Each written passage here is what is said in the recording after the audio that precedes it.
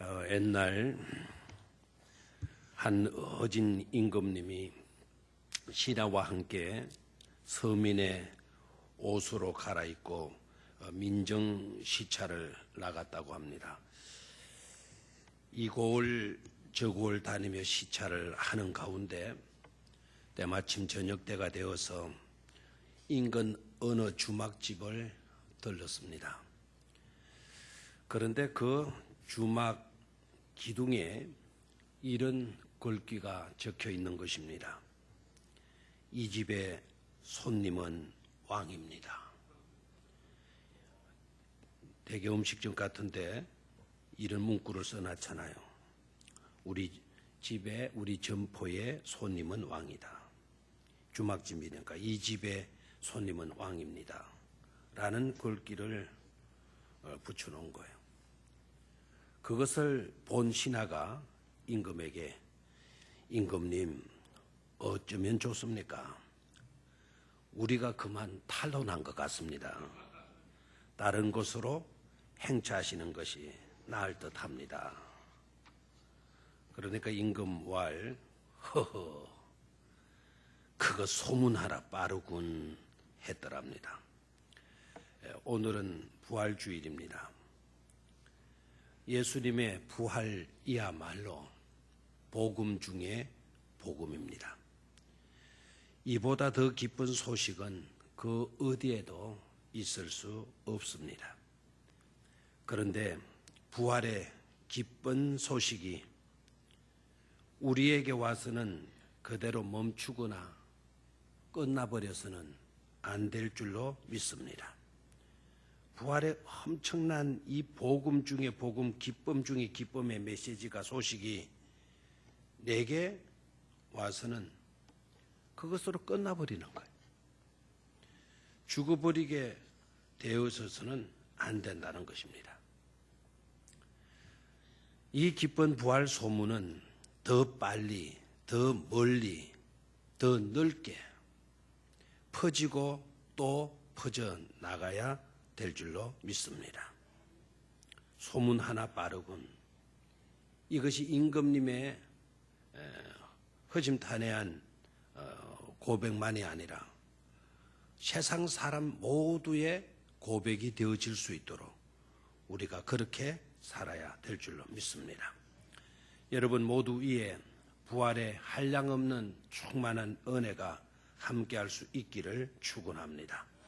모든 삶의 영역에 부활의 역사가 강하게 나타나게 되기를 축원합니다. 부활의 아침으로 그 첫 번째, 이미 주님은 그렇게 사셨습니다. 부활을 위해서 사셨습니다. 죽은 자를 살리는 삶을 사셨습니다. 야이로라고 하는 회당장, 훌륭한 분인데 이 회당장은 하나밖에 없는 귀여운 딸을 잃어버렸습니다. 그것도 겨우 12살 어린 나이로 말입니다. 그런 딸을 잃은 아비의 마음이 어떠했겠습니까? 하나밖에 없는 귀여운 딸. 그런 딸을 잃었으니 아비의 마음은 이루 말할 수 없을 정도로 고통스러웠었고 슬펐을 것입니다. 그리고 절망했을 것입니다. 그런데 주님께서 오셔서 기도하시고 그 아이 위에 손을 얹으시고 아이야 일어나라, 아이야 일어나라 한마디 말씀을 하셨습니다. 그랬더니 아이가 기지개를 펴며 하품을 하면서 자리에서 일어났습니다. 마치 죽은 아이를, 잠자는 아이를 깨우는 것처럼 우리 주님께서 그렇게 그 딸을 깨워주셨습니다. 꿈만 같은 일이었습니다. 야이로가 정신을 차려보니 아니 사랑하는 딸이 밥상에 앉아서 아무 일도 없었다는 듯이 밥을 먹고 있는 것이 아닙니까? 아마 믿기지를 않았을 것입니다. 자신의 살을 몇 번이고 꼬집어 보았겠죠? 이게 꿈이냐 생시냐. 그러나 이것은 분명히 꿈이 아니고 현실이었습니다. 무엇을 의미하는 것일까요? 예수님이 우리의 삶의 영역에 들어오시니 그 영역이 죽음의 영역이었다 할지라도 예수님께서 들어오시니 죽음은 물러가고 부활이 오더라는 것입니다. 사는 생명이 역사가 일어나더라는 것입니다. 예수님은 자신의 부활 이전부터 이미 죽은 자를 살리시는 일을 하셨던 것이죠. 또한 나인성 가부의 아들의 장례 행렬을 멈추게 하신 사건을 여러분 기억하실 것입니다. 나인성 가부라 그랬습니다. 일찍 남편을 여인이죠. 그 여인에게 하나의 아들이 있었는데 그 아들이 장가갈 나이에 그 아들이 죽습니다. 아무리 아끼고 사랑하는 아들이지만 할 일이 많은 아들이지만 죽음이 온 이상 그 어떤 것도 멈춰질 수밖에 없었던 것이죠. 장례 행렬은 진행이 됩니다. 그리고 예수님께서 그 장례 행렬에 오셔서 그 관에 손을 대셨어요. 그랬더니 장례 행렬이 멈추게 되어졌습니다. 놀라운 것은 그 일로 인하여서 그 장례에 사용된 모든 장례 도구들은 무용한 것이 되고 맙니다. 장례의 행렬이 예수님을 만나게 되어지니까 예수님을 만남으로 인해서 삶의 행렬로 바뀌어졌기 때문인 것입니다. 삶의 행렬에는 장례의 도구가 필요하지 않습니다. 삶의 행렬에 필요한 것은 사는 데 있어서 필요한 도구들 뿐인 것이죠. 누가복음 7장 14절 말씀을 보면 가까이 오사 그 관을 손에 대시니 맨 자들이 서는지라.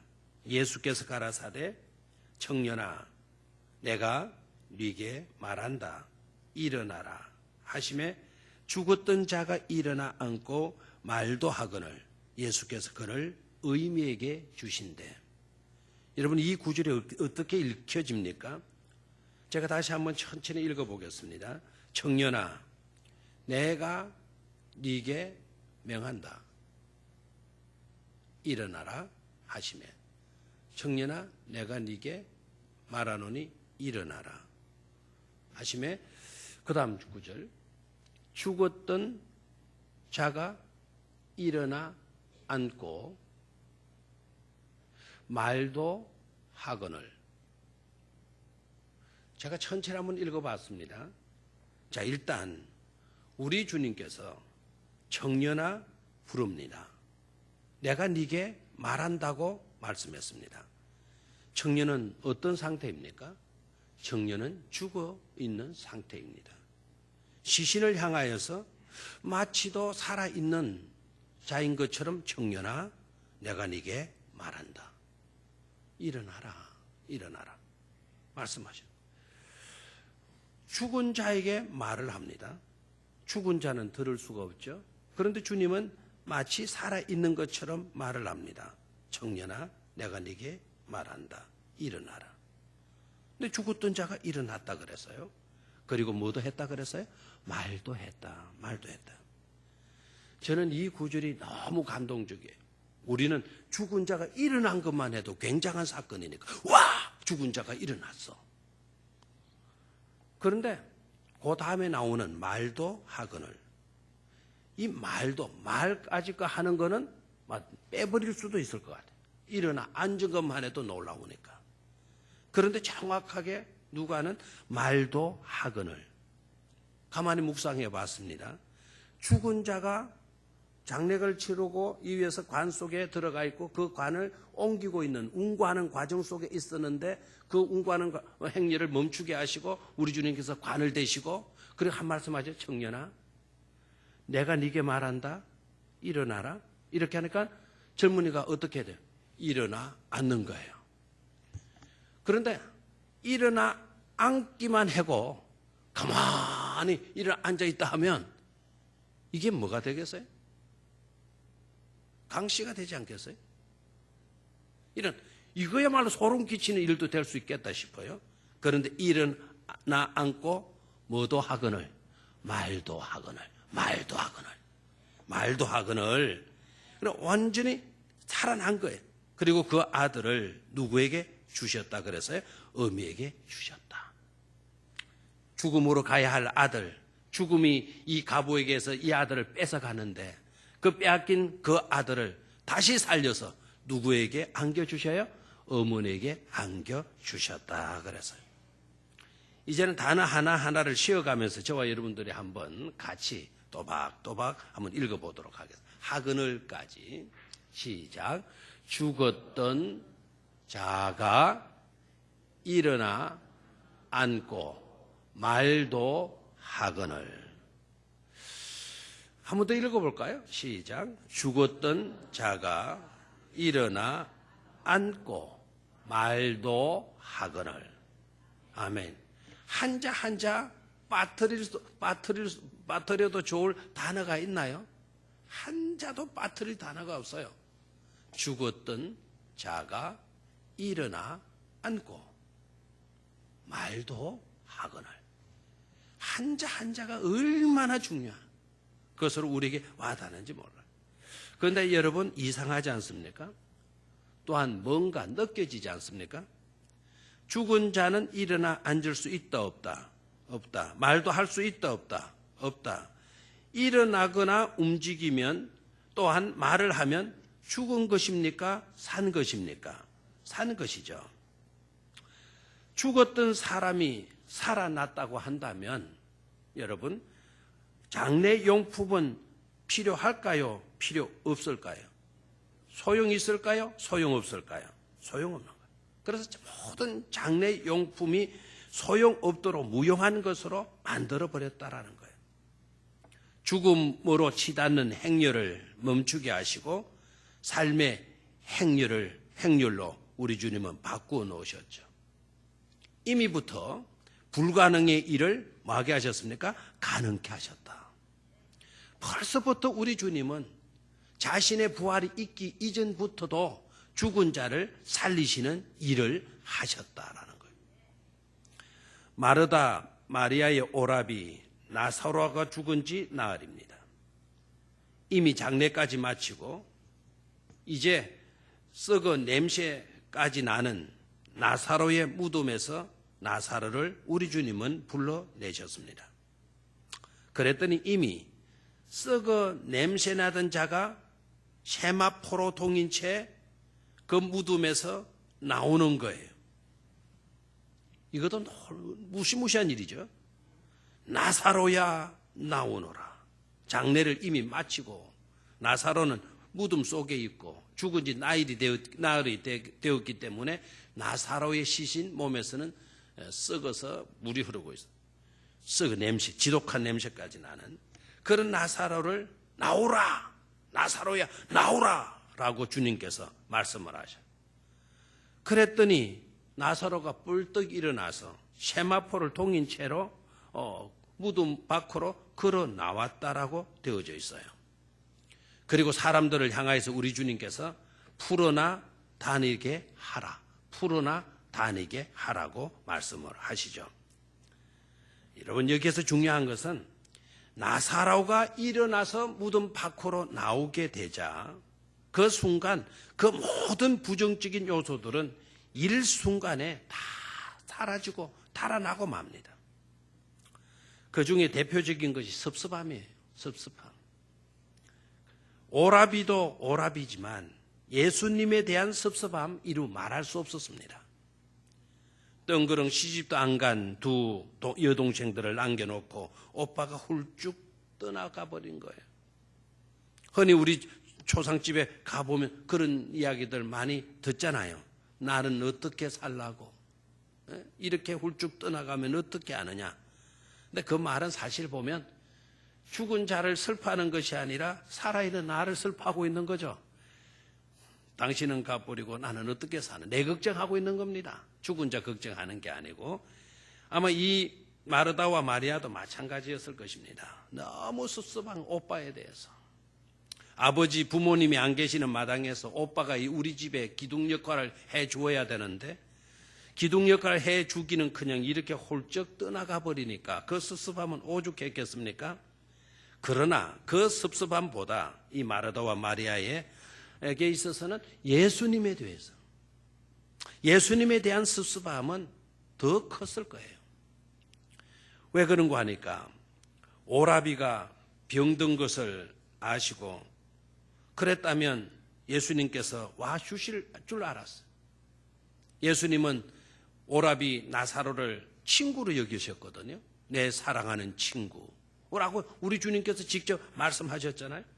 그렇게 다정한 사랑하는 친구였다면 적어도 한 번쯤은 와 주실 줄 알았거든요. 신방후에 주실 줄 알았거든요. 그런데 오라비가 병들어 있었어도 예수님은 단 한 번도 신방 와 주시지를 않았습니다. 오라비의 의식이 오락가락합니다. 생명이 위태한 지경이 되어졌습니다. 애달픈 모습으로 두 자매들은 오빠 조금만 더 버텨봐, 조금만 더 버텨봐. 예수님이 곧 오실 거야, 꼭 오실 거야. 예수님이 오시면 해결해 주실 거야. 이렇게 오라비에게 용기를 북돋아 주었을 것입니다. 그리고 위로해 주었을 것입니다. 그러나 대문을 두드리는 소리는 끝내 나지 않았죠. 오라비가 죽었습니다. 오라비가 죽었으니 이제는 예수님께서 와 주실 줄 알았죠. 그런데 오라비가 죽었어도 와 주시지를 않는 겁니다.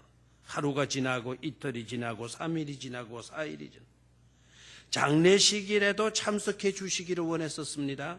그러나 역시 예수님은 오시지 않았습니다. 운구가 이루어지는 와중에서도 이 두 자매들은 혹시나 하는 마음으로 연방 눈을 돌려보지만 여전히 주님은 나타나시지 않았습니다. 세상 친구가 다 그런가라는 체념감, 실망감, 안타까움은 이루 말로 다 할 수가 없었을 것입니다. 여러분, 만약에 이와 같은 경우들은 우리들과는 상관이 없나요? 어렵고 힘든 어떤 일을 당하게 되면 여러분들은 그럴수록 오히려 비례적으로 기대감이 더 커지고 있지 않습니까? 이럴 때 누구가 다정한 사람을 그릴 수가 있고 일가 친척을 그릴 수가 있고 여러 가지 내가 도움을 주었고 잘 알고 지낸 사람들에게 대한 기대감 언연히 우리 마음속에 가질 수 있지 않습니까? 그런데 그런 것이 아닐 때 우리는 여지없이 실망하잖아요. 예수님에 대해서도 그럴 때가 있죠. 다급한 문제를 안고 하나님 이 문제를 해결해 주십시오.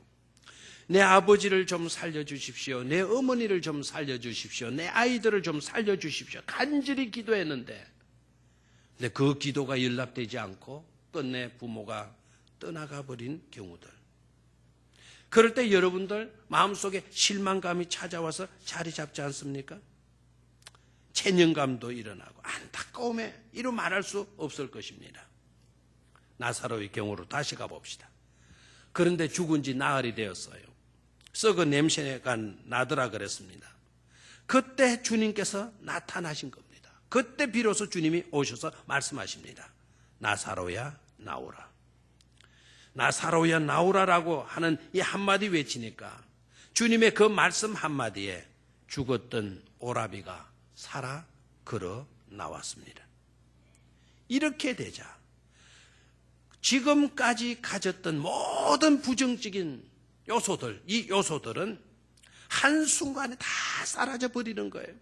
원망도 사라지고 불만도 사라지고 회의적인 생각도 사라지고 냉소적인 그 모든 것들, 체념, 실망 이 모든 것들이 다 한순간에 사라져 버리더라는 거죠. 주님께는 그 어떤 것도 문제가 되지 않았습니다. 아이냐, 청년이냐, 장년이냐 그것도 문제가 되지 않았습니다. 죽은 지가 얼마 되었느냐, 금방이냐, 한참 되었느냐 이런 것들도 아예 하나도 문제가 되지 않았습니다. 그 어떤 죽음도 예수님께는 그 위력을 발휘할 수 없었습니다. 죽은 나사로를 향한 주님의 음성, 죽은 나인성 가부의 아들을 향한 주님의 음성, 죽은 야이로의 딸을 깨운 주님의 음성, 그 주님의 음성, 그 음성으로 인해 더 이상 죽음은 견디지 못하고 떠나버린 것입니다. 중요한 것은 이미부터 주님은 부활의 역사를 이루셨다라는 사실입니다.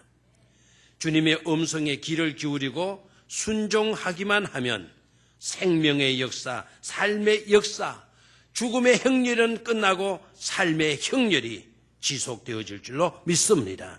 그렇게 되기를 주의 이름으로 축원합니다. 두 번째로 부활의 아침으로 이제 주님의 차례였습니다. 한번 따라 하십시오. 이제 주님의 차례였다. 예수님은 이 땅에 공생의 삶을 사시면서 수차례 고난 당하실 것을 말씀하셨어요. 자신의 고난에 대해서 뿐만 아니라 자신의 죽음에 대해서도 말씀을 하셨습니다. 오늘 장로님께서 기도하신 가운데 한 알의 밀이 땅에 떨어져 죽으면 이 설교는, 이 이야기는 바로 예수님 자신에 대한 이야기였습니다.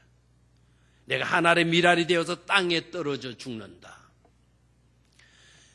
많은 열매를 거두기 위해서 내가 한 알의 밀알이 되고자 한다. 자신의 죽음에 대해서 말씀을 하셨어요. 그러나 한 알의 밀알이 땅에 떨어져 죽는 것으로 끝나지 않죠. 많은 열매를 맺노니라라고 말씀하셔요. 부활의 산생명, 영원한 생명에 대해서 말씀을 해 주셨죠. 예수님은 말씀하신 그대로 또한 공약하신 그대로 온갖 고난을 다 당하셨어요. 주님이 당하지 아니한 고난은 하나도 없을 정도로 우리가 당할 모든 고난들을 몸소 자신이 당하셨어요. 그리고 두 강도와 동일하게 십자가에 달려서 죽으셨습니다. 그리고 아리마대 요셉의 무덤에 장사 지낸 바 되었습니다. 우리가 살다가 가는 모든 과정 그대로를 예수님은 다 거치셨습니다. 이제 주님께서 행하셔야 할 일이 있죠. 이제 주님이 해야 할 일은 자신이 그 죽음에서 일어나야 하는 일입니다. 주님 차례가 된 것입니다. 주님은 그 공약이 그야말로 빈 공약이 되지 않도록 주님 자신을 위해서도 반드시 그 공약을 이루셔야만 했습니다. 이것은 주님 자신의 문제로 또 끝나는 문제도 아니죠. 이 문제는 전 인류를 위해서, 아니 구약의 여러 예언자들과 더 나아가서 하나님의 언약을 위해서라도 다시 사셔야만 했던 것입니다. 만약 아니라면 주님 자신은 거짓말쟁이가 되고 말 것입니다. 만약 아니라면 주님은 수많은 사람들을 가지고 놀린 사기꾼이 되는 것이고, 만약 아니라면 모든 예언도 거짓으로 판명되고 말 것이기 때문입니다. 이제는 주님 차례가 된 것입니다. 주님 차례를 피해가서도 안 될 것입니다. 주님 차례가 되셨으니 주님은 반드시 약속하신 대로 다시 사셔야 하는 것입니다. 놀랍게도 어떻게 되었습니까? 주님은 장사 지낸 지 3일 만에 다시 사셨습니다. 정확하게 3일 만에 다시 사셨습니다. 인자가 3일 만에 다시 살아나리라 하신 말씀대로 다시 사셨습니다. 누구 하나 돌을 굴려내라고 명령하신 분도 없고요. 누구 하나 돌을 굴러내주거나 감겨진 세마포를 풀어줄 사람 하나 없었습니다. 그러나 그런 것은 천군 천사의 몫이었습니다. 하나님의 몫이었습니다. 주님 자신이 해야 할 일이었습니다. 무덤은 비었고 자신의 차례를 우리 주님은 온전히 다 몽땅 감당하셨습니다. 우리 주님은 죽음에서 다시 사셨습니다. 묻은 문을 막았던 돌은 굴러갔습니다. 그를 싸매했던 모든 세마포는 가지런히 정리되어서 놓여 있었습니다. 그러나 주님은 무덤 속에 없었습니다. 다시 사신 주님은 갈릴리로 가셨습니다. 하고 보면 오로지 우리 주님만이 유일한 부활 전문가이심을 깨달을 수가 있는 것입니다. 마지막 세 번째로 부활의 아침으로 앞으로는 우리 차례 우리 몫이다. 한번 따라 하십시오. 앞으로는 우리 차례 우리 몫이다. 아멘. 야이로의 딸을 깊은 잠에서 깨우신 그 목소리, 나인성 가부의 아들을 관에서 일어나 나올 수 있게 하신 그 능력의 말씀, 나사로의 무덤 앞에서 시신 썩는 고약한 냄새를 맡으시면서도 눈물을 흘려 기도하시고 죽은 나사로를 무덤에서 걸어 나오게 하신 주님의 그 사랑의 말씀처럼 이제 그 다음은 우리 차례입니다. 분명히 알아야 할 것이 있습니다. 우리 주님은 절대로 저와 여러분들을 외면하시지 않으신다라는 사실이에요.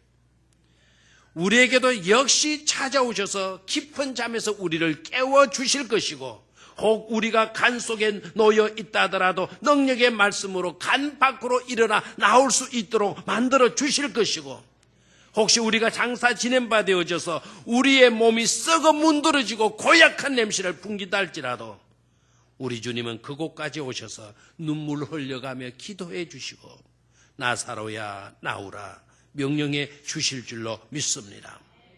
우리의 죽음과 절대로 상관넘는 것이 아니라 상관하셔서 우리의 죽음의 모든 문제를 거두어 주시는 줄로 믿습니다. 또한 우리가 분명히 알아야 할 것이 있습니다. 예수님은 죽은 자를 위해 죽은 그들을 살리신 것이 아닙니다. 죽은 자를 위해서, 죽은 그들을 위해서 그들을 살려주신 것이 아닙니다. 그들을 살려주신 중요한 이유는 산 우리를 위해 죽은 자를 살려주신 것입니다. 부활을 확신하지 못하고 부활에 대한 관심도 별로 없고 부활을 의심하는 사람들, 그 사람들에게 의심을 불식시키기 위해서 슬픔과 통곡으로 탄식과 소외감으로 절망감에 사로잡혀서 허둥대는 그와 같은 인생들을 그런 것에서 벗어나서 장차 영원한 부활을 확신할 수 있도록 하시기 위해서 우리 주님은 죽은 자를 살려주신 것입니다. 여러분, 예수 믿고 죽으면 여러분 구원 받았습니까? 구원 받지 못합니까? 예수 믿고 죽으면 구원 받았죠? 예수 믿었으면 구원 받았잖아요. 구원 받은 자가 죽었어요. 죽으면 어떻게 되나요? 지옥에 가나요? 천국에 가나요? 천국에 가는 거 맞습니까? 천국에 가면 천국은 어떤 곳이죠? 하나님이 주인이 되시고 왕이 되시고 다스리는 완벽한 곳이 바로 어디입니까? 천국에. 다시 한번 완벽하고 완전한 곳이 바로 어디라고요? 천국이에요. 이 세상을 자꾸 생각하지 마세요. 이 세상은 이곳에서 문제, 저곳에도 문제, 있어도 문제, 없어도 문제, 온갖 것이 다 문제이지만 하나님의 나라는 완벽하고 완전하고 온전한 곳이 바로 어느 나라다? 하나님의 나라다. 그 하나님의 나라로 믿으면 죽어도 들어갑니까? 들어가지 않습니까? 들어가잖아요. 12살 난 야이로의 딸이 12살 때 죽어버렸어요. 어린 것이 죽어버렸어요. 너무너무 불쌍하잖아요. 불쌍한 게 누굽니까? 야이로의 딸입니까? 야이로의 부모입니까? 아버지입니까? 야이로의 딸이 불쌍하다 그러면 안 되죠. 야이로의 딸은 죽어서 어디 갔어요? 천국에 갔어요. 아버지가 차려주는 밥상 대하는 것이 아니고 천군 천사들이 내놓은 그 진수성찬에 먹지 마, 이 세상 구경도 못한 그 맛있는 음식상을 대하고 있을 거란 말이에요. 그런데 왜 예수님이 야이로의 딸을 살려주었나요? 야이로의 딸이 불쌍해서가 아니라 야이로가 딸을 잃어버림으로 모든 절망감 속에 빠져 있으니까 야이로에게 죽어도 이렇게 산다. 사람은 죽어도 산다라는 것을, 다시 사는 것을 보여주기 위해서 죽었던 야이로의 딸을 뭐 해주셨어요? 살려주신 거란 말이에요. 부활을 믿지 못하고 절망하는 거, 천국을 내다보지 못하고 탄식하는 거, 슬픔에 겨워있는 그 야이로를 일깨워주기 위해서 누구를 살려주셨다? 누구를 살려주셨다? 야이로의 딸을 살려주셨다라는 거예요. 여러분, 나인성 가부의 아들을 살려주신 것이 그 젊은이가 죽었으니까, 할 일 많은 젊은이가 죽었으니까 그 젊은이가 불쌍해서 나인성 가부의 아들을 살려주신 것이 아닙니다. 그 아들은 어디에 간 겁니까? 천국에 들어가 있는 겁니다. 그런데 왜 살려주셨나요? 부활을 믿지 못하고 천국을 바라보지 못하고 죽은 자식 불쌍해서 탄식하고 있고 절망하고 있고 음식조차도 전폐하고 있는 그 어머니에게 이렇게 아들이 사는 것이다. 사는 것을 입증시켜 주시기 위해서 나인성 가부의 아들을 뭐 해주셨어요? 살려주셨어요. 젊은이가 불쌍해서가 아니고 저 젊은이 죽었다고 탄식하고 부활을 믿지 못하는 그 어머니에게 부활이 있다라는 것을 입증해 주시기 위해서 아들을 살려주신 것이죠. 마르다와 마리아의 오라비가 누구라 그랬어요? 나사로. 나사로를 왜 살려주셨을까요? 예수님이 사랑하던 친구니까 살려주셨을까요? 빨리 말을 해서요. 친구니까 살려주셨을까요? 친구가 죽어서 친구인 내가 그 친구의 능력으로 나사로를 살려주어야지 그렇게 해서 살려주신 것일까요? 아니다 이거예요. 여러분, 요한복음 11장 12장 여러분 눈여겨 들어가서 보십시오. 나사로를 살려주기 이전에 예수님께서 마르다에게 마리아에게 꼭 짚고 있는 것이 있어요. 너 나 믿냐? 예, 믿습니다. 죽은 자가 다시 살아나는 거 믿어? 예, 죽고 나면 사는 거 믿나이다. 그래 놓고 믿음을 가져요? 안 가지고는 슬퍼하고 탄식하고 막 오라비가 죽었다고 절망하고 실망감에 섭섭함에 완전히 사로잡혀 있잖아요.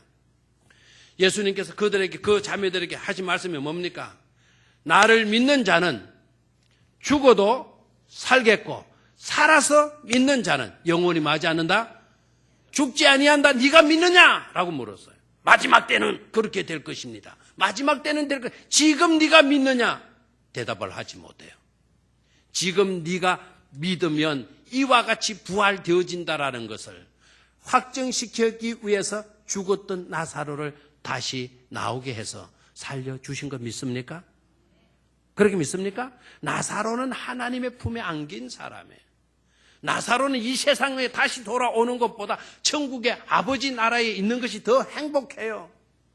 거기가 더 좋은 거예요. 그런데 내 생각은 이래요. 나사로야 어서 나와 그랬을 때 나사로가 천국 문에 하나님과 함께 앉아 있다가 나 가기 싫은데요. 나 이거 좋은데 왜 또 가야 합니까? 막 이렇게 신경이도 좀 했을 것 같아. 아니야, 네가 좀 와야 되겠어. 싫어도 와야 되겠어. 왜? 네 여동생들 때문에 와야 되겠어. 여동생들이 왜요? 네 갔다고 저렇게 슬퍼하고 다시 사는 것을 모르고 있으니까 네가 다시 와봐. 다시 사는 것이 있는가 없는가를 보여주기 위해서 네가 다시 한번 와야 되겠어. 나사로가 그러면 가죠. 그래서 자리 툴툴 들고 다시 냄새나는 그 모습으로 이렇게 일어나 나온 것이 아닌가. 반응을 좀 보여요. 저 엉뚱한 생각을 왜 저래 하시나. 자, 나사로를 살려주신 것도 나사로를 위해서가 아니라 누구 때문이다. 부활을 확신하지 못하고 있는 마르다와 마리아에게 부활의 확신을 할 수 있도록 하시기 위해서 나사로를 살려주신 것이다 라는 것입니다. 그렇다면 우리 차례. 그렇다면 우리 차례.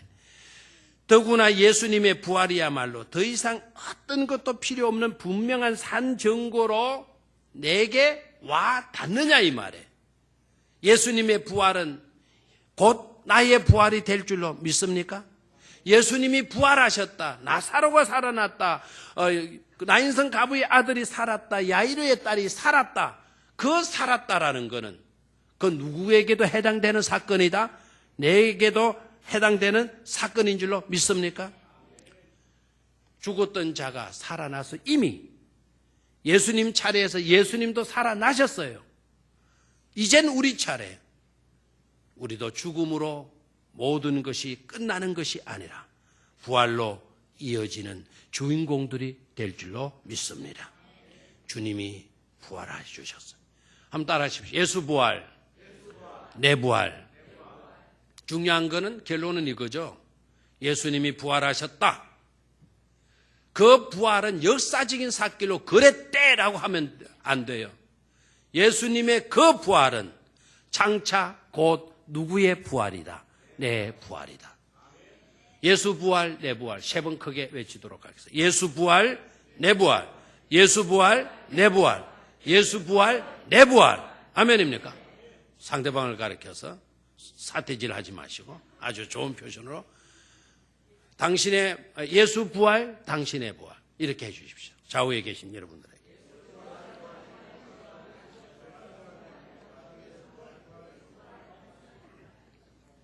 부활의 은총이 여러분들에게 충만할 수 있기를 주의 이름으로 축원합니다. 돌은 굴러갔습니다. 묻은 문은 열렸습니다. 죽었던 자는 일어났습니다. 썩었던 자도